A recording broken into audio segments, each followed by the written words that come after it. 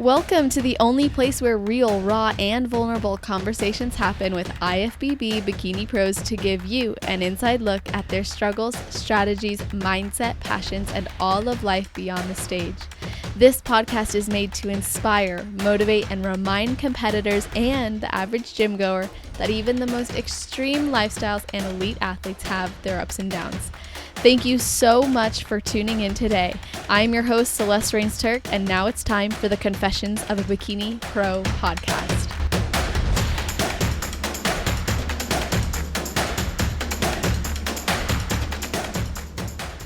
Today, we are speaking with a full-time civil engineer who works within renewable energy. She's originally from Brazil and started lifting in 2009, which was her first year of college, and then went on to compete in her first show at the end of 2019, where she placed first before going on to compete at one more regional show that year, and then 4 pro qualifiers in 2020 and 2 in 2021 before earning her pro card at NPC Universe. It was also in 2021 that she committed to a vegan lifestyle, and since then she made her pro debut at the 2022 Golden State Pro in Sacramento.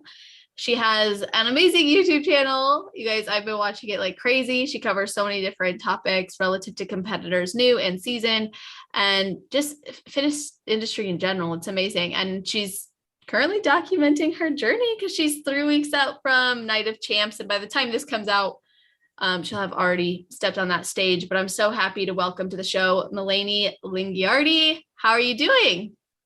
Hi, Celeste. I'm good. How are you? Good. I think I messed up your name even after we practiced it. No, that's right. That was really good, actually. Okay, cool. I am so happy you're here. Like I said before we hit record, like I've just been really looking forward to this, and I find you just so impressive, and the content you put out is awesome. So, I gotta ask, is there anything you do or a ritual you have right before your heel hits the stage? I just try to stay calm. I like to think that all you have to do there is just walk. Just put in my head that that's all I have to do, so I don't get too nervous, don't think too much about what the judges are thinking about me. So that's pretty much what I do. I just try to stay calm. How do you stay calm? Like, what helps you to do that? So I just try to get my head out of what people are thinking about me or what the judges are thinking about me. I just try to think, well, I'm just going to go there, walk, have fun, smile. And that's all for the fun. That's what I try to, it's easier said than done. Sometimes I do get into my head and I end up messing up my routine because I got too much into my head. But just before I hit the stage, I try to just focus on having fun. And that's pretty much it. I love that. Okay. Now, I know that you had just made your pro debut and you're currently 3 weeks out. I'm also 3 weeks out. I'm not doing Night of Champs, but I'm doing Contra Costa up north. So I just wanted to kind of get your current feelings. Like, how are you doing physically and mentally, especially now that you've completed that pro debut? So I feel like I didn't place very well in my pro debut. So I feel like when that happens, we can whether use that to, beat ourselves down, or we can use that as a learning experience. So I'm trying to use that as a learning experience. And I think that if I have a more flexible approach going into my next show, I feel that that's actually going to help me. And so that's what I'm focused on now. And my coach, Power Vela, he's awesome with that. He always listens before he says anything. So he is very supportive of whatever I want to do. And I really appreciate that. So that's, I'm just taking a different approach with regards to my diet. I'm being a little bit more flexible going to the show day, and we'll see how that turns out. And what inspired that change? So I'm a person that I'm very committed to, I can get very committed to something. So I feel that sometimes that can hurt me more than help me. So I feel that sometimes it's helpful to just take a step back and let it go a little and maybe have a more flexible approach. And by experience, I know that sometimes having a more flexible approach can have a better result than just working harder. So yeah, that's what I've been focused on now. Okay. And can you give us an idea of like what that looks like? So how you prepped for your pro debut versus how your prep with nutrition and training is looking now that you're being more flexible? So for my pro debut, I was not taking any untracked days. We would do refeeds. So my coach, she was always adjusting my macros on a weekly basis, but I was always tracking. And I think that can get into my head, it can get myself into my head a little bit going to the show day. So this time, this prep, I'm taking untracked days. For example, this weekend, I'm 3 weeks out. And for some people, it may sound crazy, but I'm taking both today and tomorrow untracked. So that means that I'm not counting my calories. I'm just letting it go a little. And I feel that this approach has made me less stressed out. So I have a good feeling that that's going to help me going to the show day. So going to the next week, then I'm going to start tracking, but that's going to be closer to the show than it was in my last prep. Got it. Okay. So you're really giving yourself the space to be more, I guess, intuitive with your body. Exactly. Yeah. I feel that sometimes we have a tendency to focus so much on our bodies. We forget that our mind is part of our body, right? So if we are getting too stressed out, that can impact our body as well. That can impact our hormones. So I'm a big believer that we have to pay attention to what our mind is saying as well. Absolutely agree. And if that's going to bring you the longevity that you need for your season or to be successful, then that's of utmost importance as an athlete. Exactly. Yeah, I'm a strong believer of that. We can't forget that we have lives outside bodybuilding as well. Yeah. So we do have to find this balance and this flexibility to have everything in a sustainable way. Absolutely. And it sounds like your approach with Paul is really collaborative and you guys work together to make sure you're bringing your best. Yeah, I just love working with Paul. Paul, he's the type of person that he listens first to what you have to say. So I really like that about him. He never made me feel guilty if I asked him to have more flexibility in my plan. He never made me feel bad about it. He never made me feel that I wasn't working hard enough. So I really appreciate to be working with a coach that is as good as Paul. That's amazing. And I think you bring up a good point of he didn't make you feel bad about it. And that's so common with competitors. Like we feel or we can feel bad if we do something that's maybe outside of the norm or outside what we think is expected with our competitor identity. So how did you get the confidence to really listen to your mind and your body throughout this process? I think it was with experience. In the beginning, I didn't know what to expect about this bodybuilding world. So I was just pretty much doing what everybody else was doing. And I wasn't even taking into consideration how my body was responding to it, if it was really necessary, if it was actually helping me. I was just following the protocols without thinking about it. And I think that with experience, I started learning that not always working harder is what's going to bring you the best results. Sometimes working too hard is actually hurting your results. So that's something that I had to learn the hard way. When did you learn that lesson? Was it over the course of you working for your pro card or was it after the fact? I think it was before that. For example, it's common for us bikini competitors and other divisions, I think as well, to have this mindset that the leaner we are, the better we are. And it's not always like that. Not always coming with the leanest physique that you can possibly can and just starving yourself going to the show day is going to get you the best physique. And it may sound obvious when we say, but I think that once we get into prep mode and into cutting for the competition, it's very easy to get lost into this mindset that as much weight as we can lose, the best it is, which is not true. And I had to learn that the hard way. Absolutely. I think you had mentioned one of your goals was to bring a fuller package to the stage so that you wouldn't lose some of that muscle that you had worked hard to build, but also maintain the appropriate level of conditioning.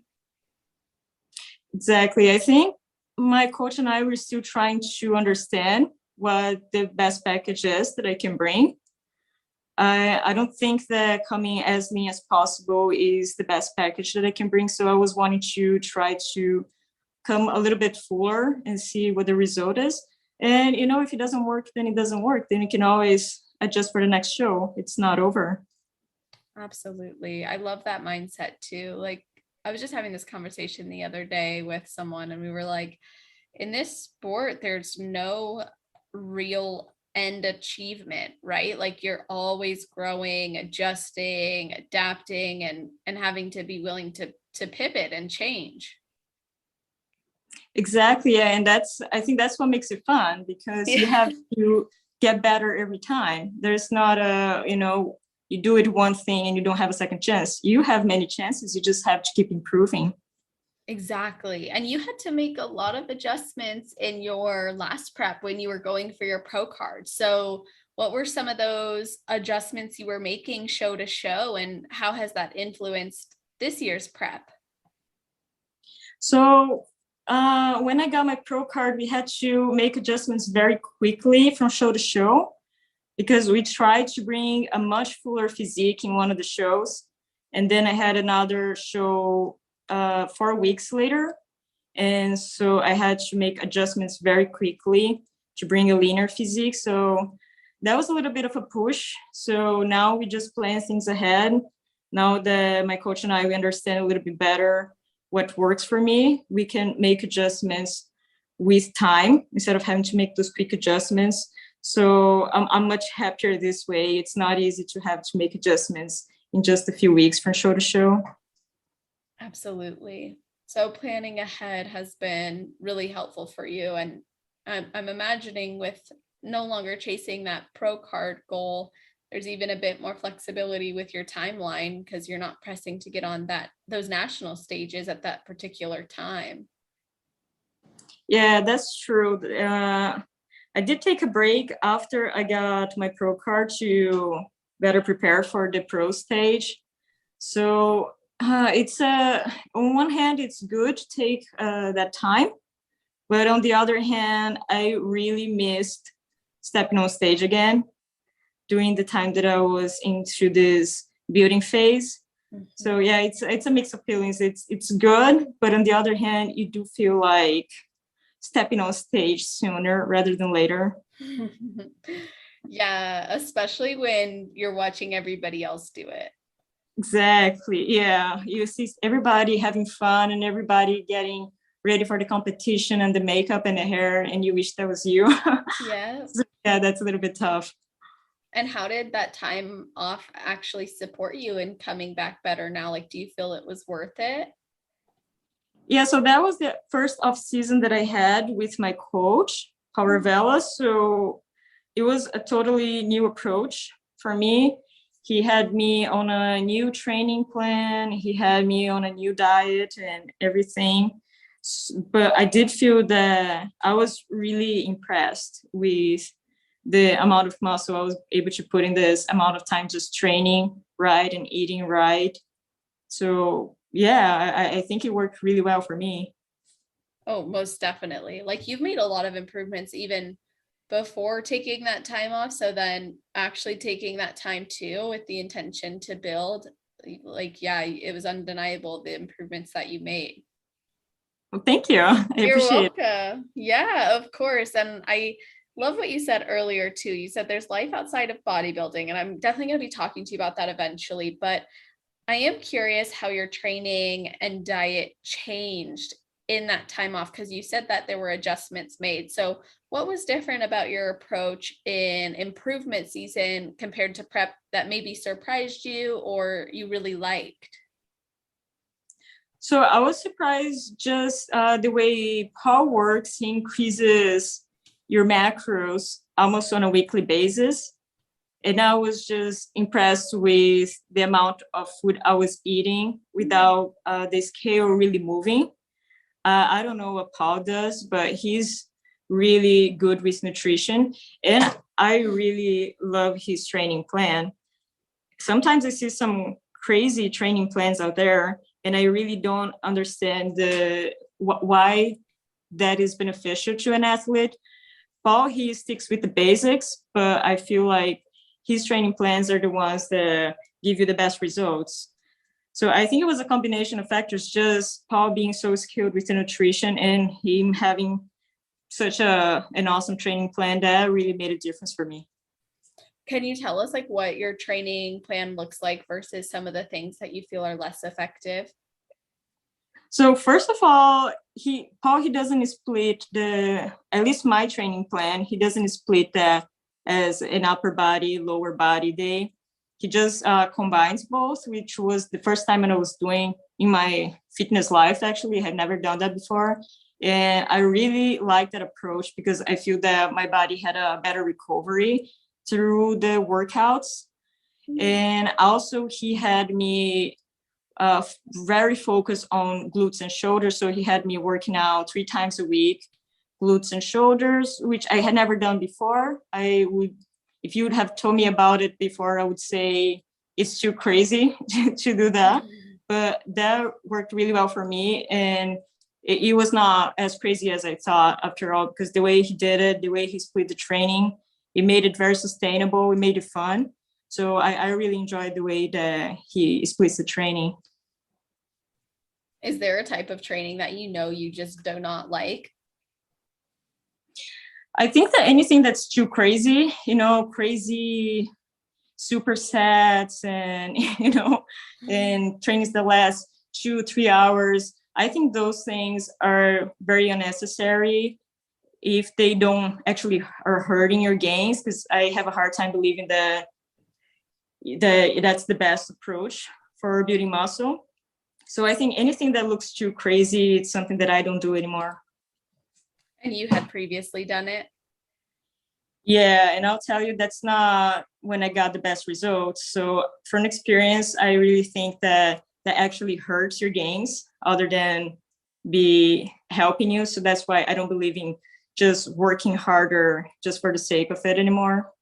Yeah, that is a lesson I have learned and am learning, which I'll probably talk more in future episodes when it's appropriate for me, but that's something I've come to realize myself too. Like there's certain things in training that I don't find beneficial or that seem to wear more on the body than build the body or maintain the muscle that's been built. And I think just being intentional with training is important, but also, like you said, having fun with it. Like we really need to enjoy it for it to be sustainable. Yeah, exactly. I think with training, the most important thing is to just stay consistent. If you're not going to the gym every week, if you're not following our plan, then we're not going to be getting the results. And I think the only way we stay consistent if you're actually enjoying it. And of course, we're not going to go to the gym every day with a smile on our faces, but we have to at least a little bit, we have to enjoy what we're doing and find what the best approach is for us.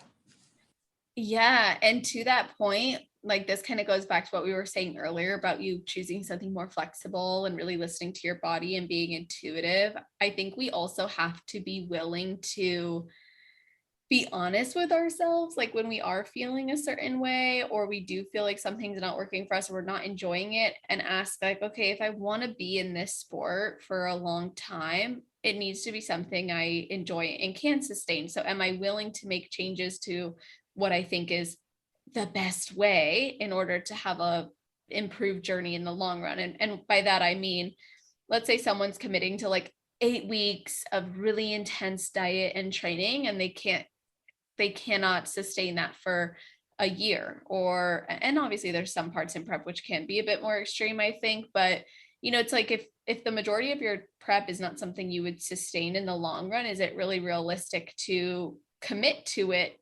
I just don't believe that can work over a long period of time to support longevity. Yeah, exactly. I feel like the people I see giving up on their plans is the people that are trying to, follow a certain protocol just because they saw other people following it, and they're not really trying to understand what works best for them. So, they have this all or nothing mentality. So they either have to do this strict plan, to the T, or they're not going to do it at all. So I think that's when I see people giving up. When a person has a more flexible approach to understand what worked for them and what didn't work for them and what should change, I think those are the people that tend to stick with their plans and just get the best results.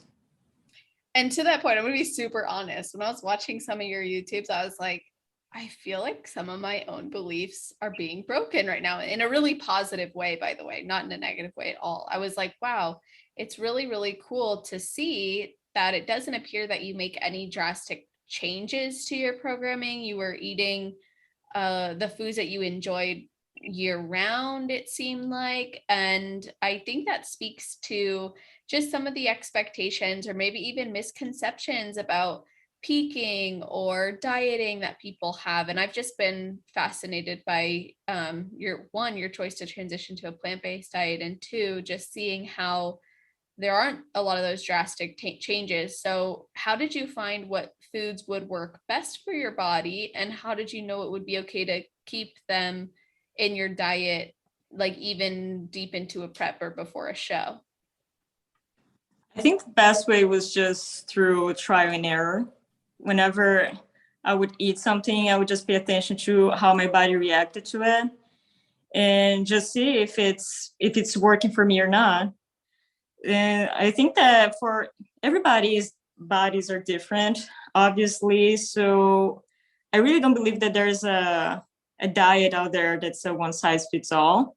So I think it's important for us to just, make those small changes and just noticing how our body is responding to those changes. So that's the changes that's the approach that I took. I did make a big change though when I switched to a plant-based diet. I think it was in the course of 3 weeks that I just went from, I was decreasing the amount of animal products I had in my diet, but then in those 3 weeks, I just completely cut all animal products from my diet. And I was a person that was having yogurt and, eggs and fish and meat, anything you can think about, I was having in my diet. So that was a drastic change for me. But I was very surprised that it worked so well. So I think with diet, it's just a try and error. You have to try, see how your body responds. If it works well, you stick with it. Now, this is hypothetical, but what if you had switched to the plant-based diet and like it didn't work well for you? Would you have continued because you wanted to be plant-based, or would you have considered like going back to eating meat? I think I would have gone back. I know there are many people out there that who are vegans that do that for the animals, and I admire them a lot. But I'll be honest with you, I did that primarily because of my health. So, for example, I suffered with really bad acne from a very early age. So since I was 11, it was a thing that really bothered me.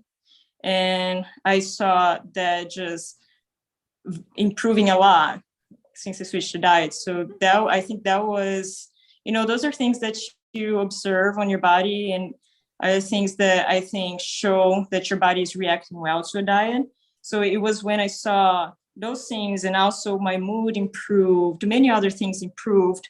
I wasn't feeling as sore as I would feel after my workout. So, it's those things that show that your body is reacting well to the new diet. Wow. And what inspired, I mean, it sounds like it was inspired by the desire for your health to change, but was there anything in particular that got you thinking that that could be beneficial?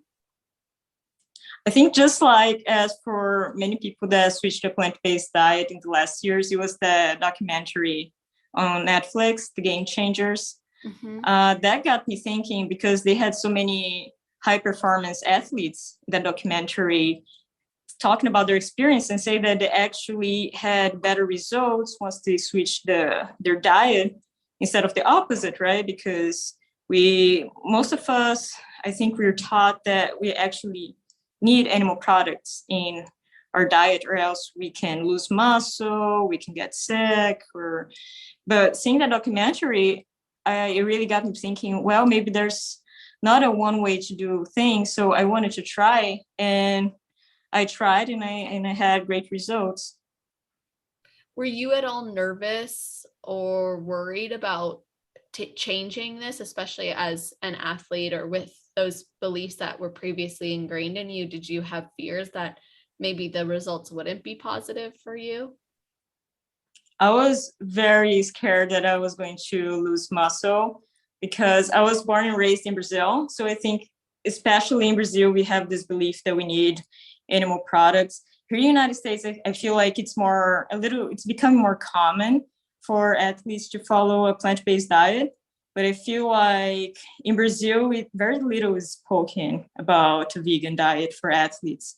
So my whole life, I learned that we needed to eat meat for building muscle. So I was very scared that I was going to lose muscle in just a few weeks of the diet. And I actually didn't see that. And actually, not only I didn't see that, but I was able to keep making progress. So it really surprised me, but I was happy I had good results with that. And how did you did you have to make any adjustments to macros or your nutrition in order to support taking on that lifestyle? So that was one of the reasons why I wanted to start working with a flexible diet. Mm-hmm. And I was following Paul way before I started being coached by him. And I wanted to start following a flexible diet also because I was wanting to switch my diet, but I couldn't because I was following a meal plan by then. So I was having salmon for lunch or eggs for breakfast. So I didn't know how to switch my diet back then. So only when I started working with Paul and I started working with a flexible diet that I could just adjust my diet, even though it was plant-based. Now I could just follow the macros and hit the macros, and that was enough. So yeah, that was one of the reasons that I also wanted to start working with a flexible diet. Interesting. Okay. So by switching to, or by becoming plant-based, that inspired you to then pursue working with Paul and become also more flexible, have a more flexible dieting approach. And then that sparked the coaching relationship that you guys have now. Yeah, I think there are many things that made me want to start working with Paul. Yeah, and one of those things was because of the flexibility on the diet. I wanted to try that. And I can tell you that's the thing that worked best for me, not only physically, not only for my physique, but also for me mentally. Yeah, like you were talking about earlier, it's that all or nothing mindset. And I know personally, like I follow a meal at the time that we're recording this, I follow a meal plan, and I always have. But then after, I want to say it was after 2018, I was like, okay, I need to have some more flexibility. And I had to let go of the belief that that would make me a bad athlete or that would mean I was less serious. And I started practicing flexible dieting. And then I made a commitment, like, okay, in my preps, if I want to make swaps, I can make swaps up until, and I told myself like 5 weeks out. So that's been my commitment. And it's just worked so much better for me. And it actually let me get to know my body way more too. Like you were talking about earlier, like what foods work well with your body. And like you learn that you like other things and there's options outside of chicken and rice and veg. Exactly. Yeah, I feel like for us, like going to the gym, and we can get caught in this mentality that we have to be working hard 24/7. I think first for us, sometimes it's just hard to take a step back and understand that it's not always doing the works best for us. I think that sometimes I need to stop and, look at what I'm doing and understand if that's actually bringing the best results or if I'm just caught in working hard again. Yeah. And I think that for some people that's hard to understand, but for us who live in this fitness world, it's really easy to just get caught in this mentality of working as hard as possible, Well, yeah, because we're like conditioned to be like, I don't know, a lot of people when they get in the fitness industry, it's like no rest days, no sleep, like no days off, keep pushing, like train hard. And it's very intense. And it's almost like I'm better than you because I do this, or I'm better because I do. It's very like salesy in that way. Like there's always a better approach. But then at the same time, the same people will say like, there's no one answer and there's no right way and everybody has to treat their body differently. It's like, okay, which one is it? Because we're promoting that you're a failure if you do this and you're a failure if you don't. Yeah, so that's when I think we have to take a step back and stop just listening to what everybody's saying and listen to ourselves and see what the best approach for us is. Because I remember when I started competing, I would hear from other competitors things like I have never broken my diet in 5 years, or extreme things like that. And I was really discouraged when I would hear things like that. But now I can see that just because somebody is working really hard, it doesn't mean that they're doing their best. Sometimes if they just took a step back and reevaluated what they're doing, they would have better results. So now when I hear things like this, I don't fall for that anymore. I don't think that I'm not doing enough because I know if I'm doing enough, I love that. I'm so happy that you're saying all this. I really admire your mentality and your commitment and approach. And it was something that one of the things that inspired me to have you on as well, because you just have such like a calm, cool, collected, like grounded energy about you. At least it appears that way. And you said that in the beginning, like those types of things like would discourage you, but now you're really taking your own approach. You've come into your own, you've learned a lot, you started paying attention. And that leads me to wonder, like, why do you compete now? Like, what is your why? So right now I'm trying to focus more on enjoying my competitions, because I'm a person that I can get caught on just doing things because I believe they have to be done. And I think that's not a good mindset when it comes to competing. You have to do that because you enjoy it. So for me, I try to focus on that. If one day I no longer enjoy it, then it's going to become pointless. I don't have to compete just to get a prize, just to get a medal. I need to do it because I'm passionate about it. So that's what I'm focused on, just understanding, am I enjoying it? If yes, then I'm going to continue doing it. Love that. And you had waited 10 years before competing after starting your fitness journey. And clearly, you've made amazing changes to your lifestyle and your physique as well. And then you went on this pro card journey, but what do you think is the main difference, or maybe what do you feel is the main difference between the 2009 version of you just starting out and now this 2022 version of you who's just looking to enjoy the moments and enjoy the stage? I look back in 2009 and I wish somebody would have told me things back then that I didn't have anybody to tell me.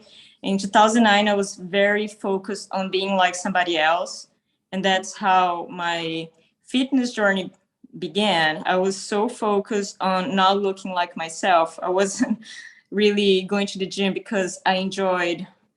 I was mainly going to the gym because I wanted to become like this other girl that I saw at the gym. And I think that's a bad approach. Now, I'm focused on becoming a better version of myself every day. And that's what keeps me going. But I think that I'm not the only one who gets caught in this mentality of wanting to look like somebody else and having somebody else's physique.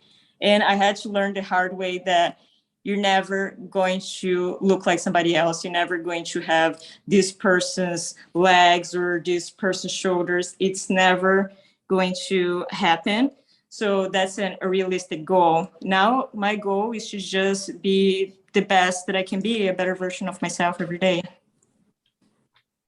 I love that. And it takes me to something you had mentioned, which was that not in this podcast, but you mentioned it in I think a YouTube video or maybe an interview or something, where the beauty standard in Brazil was very different than your structure. So it seems like that really impacted you personally and drove your focus to be on looking like other people.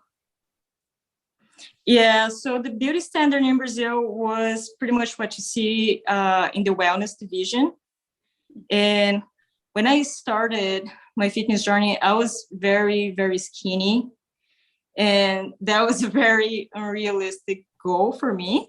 But I would look at other girls and want to be like them. So that's what would drive me at the gym, just wanting to have that physique that had nothing to do with my genetics. But the good thing is that as I kept making progress at the gym, at some point I realized that that goal wasn't realistic for me. And instead of getting frustrated and giving up, I just accepted it and just kept being my best. That's amazing. So you really fell in love with the process and learned to love and accept yourself. Yeah, I think I started going to the gym for the wrong reasons, but it ended up working all right. I totally relate to that. And what inspired you to eventually compete in 2019?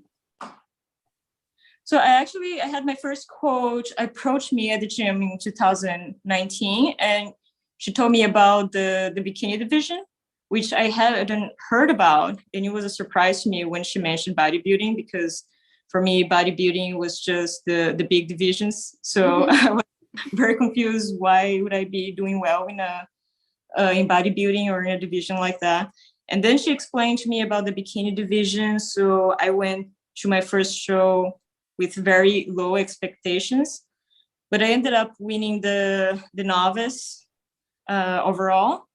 And that's when things started. That's when I realized that, well, maybe I could do well competing. And then from there, I just really enjoy going to the shows.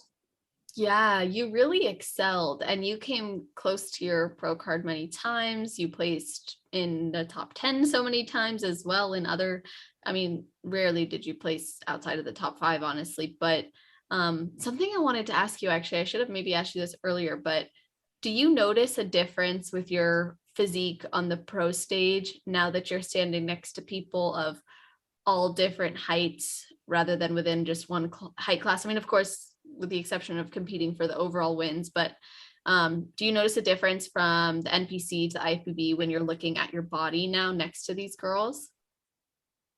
I definitely do. I think the NPC and IFBB are judged a little bit differently. And also now that we don't have the height classes, is also for me, I'm 5 feet tall and I'm also very small. I have a very small, petite structure. So I do feel that makes a little bit of a difference when it comes to the stage presence, because you're being compared to the other athletes, and me being a small person may have taken the attention out of me at times. I believe maybe it's all in my head. I don't know. Maybe it can also be a confidence thing when you go on stage and you see a taller girl stand next to you and you get a little bit shook. But I do feel that there might be a little bit of a difference in the way the NPC and the IFBB is judged. So I'm trying to understand what a good balance is for me on the IFBB stage now. What was the feedback you got after your pro debut? So it was actually the feedback that I'm used to getting. It's overall growth, which it doesn't surprise me. I have a small frame. I always struggled gaining weight since an early age. So for me, it's a little bit harder to put on muscle. But, you just have to take the feedback and keep improving and just do your best, not get caught so much on, what the other competitors are looking like and feeling like you're not enough. I think I just have to focus on doing my best.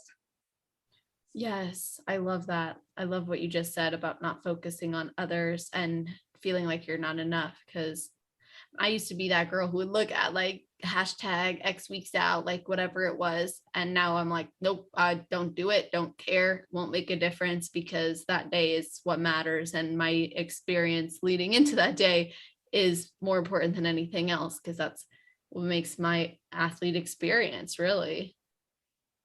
I'm so guilty of doing that as well. Just be scrolling on Instagram and being like, oh, okay, I have no chance, just beating myself down before the competition even started. And, sometimes when I did that, I actually ended up getting a very good placing. So that just goes to show, that sometimes we just beat ourselves down for no reason. Yes, so true. And it's important to have a support system that can, I think, help us see that. And do you feel like you have support from family and friends?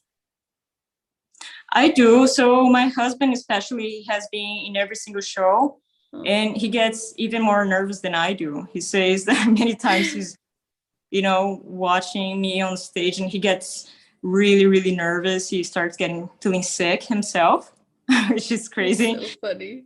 But yeah, I really appreciate him being there for me. My family, I feel like they don't quite understand what bodybuilding is like, but they do. They see me being happy when I'm competing, so they just say, well, we're really happy that you got that and you're so happy now. They quite understand what goes on in those shows. They never had a chance to watch me in person, only through live stream. But yeah, I get a lot of support from my family. Oh, yeah, that's really awesome. And I think this, going back to what you said earlier too about bodybuilding being, or I should say your body being your mind as well. You have to have a lot of habits, I think, on a consistent basis to be successful. And you are not just a competitor, you're also a civil engineer. And I believe that could be a pretty demanding job, right? Yeah, so sometimes it can get a little bit hard to balance everything. I think especially I do a good job managing my time. I try to separate as much as I can my job hours from my bodybuilding hours. After I'm done with work, I just get into this bodybuilding mode and I'm all about working out and doing what has to be done. But sometimes it can get hard to separate the stress from work. And bodybuilding is, of course, it's a passion for us, but it can also get stressful at times. So sometimes it's hard to balance those two things. But, sometimes you just have to try to take breaks whenever it's needed, understand when you need a break. And that's what I try to do. I just try to listen to my body, listen to my mind. And if I need a break, I would just allow that to myself. And what does a break look like for you? So, for example, these on-track days, I consider them to be, they're short breaks, but I consider them to be a type of break that I'm no longer worried about tracking my macros or how many calories I'm eating or, anything related to bodybuilding. So when I get started, when I get back on the plan on Monday, then I'm rested. I'm no longer feeling stressed out. So I feel that just learning when I need those, those breaks and more flexibility in my plan, I feel that helps me a lot. Absolutely. I love that. And how do you manage your time? You said you feel like you're good at this. So how do you separate that, or what does a normal day look like for you? So I try to work from 6:30 a.m. to 3 p.m. And I try, not always I can, but I try to just stop work at 3 p.m. and then I just turn off the computer and I don't worry about it anymore. I know that not everybody can do that. I feel that there are people that are listening to me this and being like, oh, I wish I could do the same, because some jobs are very demanding when it comes to work hours. But I try to do that, and it's been working well for me and with my current company. So that's really helpful, knowing to separate those hours so you can dedicate yourself to your workouts and have a routine as well. I love that. And what is the nature of your job? So I work with energy. So I work with power plants. So pretty much wind, solar, and thermal power plants. I just help those projects to get developed pretty much. And why did you pursue that career? So actually, I started working with it in Brazil. And when I started working with it in Brazil, Brazil was going through a crisis. So it wasn't much a choice for me. It was more something that I found an opportunity at. So that's how I started working with energy. And now I do it because it really resonates with me. You know, green energy really resonates with me. I feel like that's where our future is going to. We're going to have more and more wind power plants and solar power plants, and that really, I really enjoy working with it now. That's cool how you ended up finding something you're passionate about just from, I guess, pressure and crisis. Yeah, I feel that sometimes you can get a little frustrated when things don't go our way and you get pressure to do something. But I feel like, at least from experience, that's when things happen for me. That's when I'm, going through a situation that I don't have much of a choice or that I have to adapt. That's when I learn things, and that's when, I have good things happen to me. That's when things change for me. I feel like I need to change something. So, we can get frustrated when we don't have things go our way. But I feel that that's when, we change for the best. Absolutely. And what did you want to do, or what were you expecting to do before you fell into that? I was in college. I was doing more research that was related to traffic engineering. So it was a very different field. But like I said, we didn't have many opportunities there when I graduated. So I had to, just see what it was actually hard for us to get jobs there. I think anybody that's been through a crisis know what I'm talking about. So I just had to go with whatever opportunity I was given. And I ended up finding something that I love. So it worked pretty well for me. Sounds like it. And it's pretty cool that you were already studying that, and maybe it was different, obviously, field, but you were able to find something that now you're enjoying. And do you plan to stay in that career? Do you plan to do things within the fitness industry? Yeah, for now, I don't have any plans on the fitness industry. I have so many people telling me, why don't you, get started on that? Maybe you're gonna like it. But I don't have any plans right now. My plans only involve my current career now, which is in the energy business. But who knows? Maybe in the future, right? Yeah, I didn't mean that as a way of suggesting or anything. Like, I love that you're just doing what you want to do. I was just curious, since you have your YouTube channel and you just have so much passion, but I like that it's just coming because you want to do it. Yeah, I have so many people telling me, like, you talk so much about it. Why don't you, go into this nutrition field or training field? And that's something that got me thinking. I don't know how I would manage to balance that with everything that's going on now. But yeah, that's something that really got me thinking. So who knows? Nice.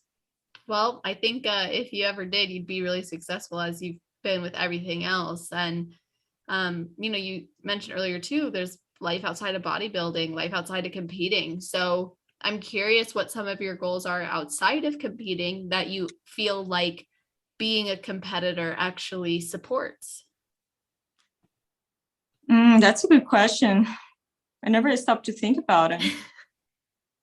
I feel that just this competition, it just keeps me motivated in general, because when I started competing, I was not in a good place mentally. I had just moved to United States and everything was new for me. So I was not in a good place, and competing just, took me to a better place. When I started competing, I started seeing the light at the end of the tunnel again. And I started doing something that I was passionate about. My whole life I have been passionate about lifting. And at that point of time, I had stopped lifting almost, so I was barely going to the gym anymore, which is something that I had never done in so many years. So just getting competition into my life, it was something that made me get motivated again. It made me care about my health again. It made me start going to the gym again. And, that's something that really changed my life for the best. So I think that competition just keeps me motivated in life in general.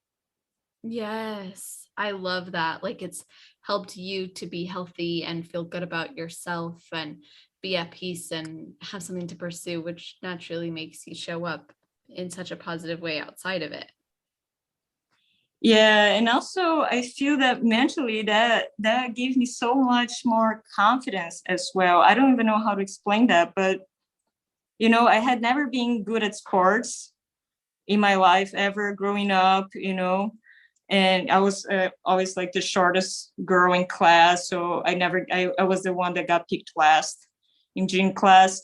So, being able to compete at something and actually, be awarded at it and, be recognized, that was really a game changer for me. So that just keeps me going every day now. Amazing.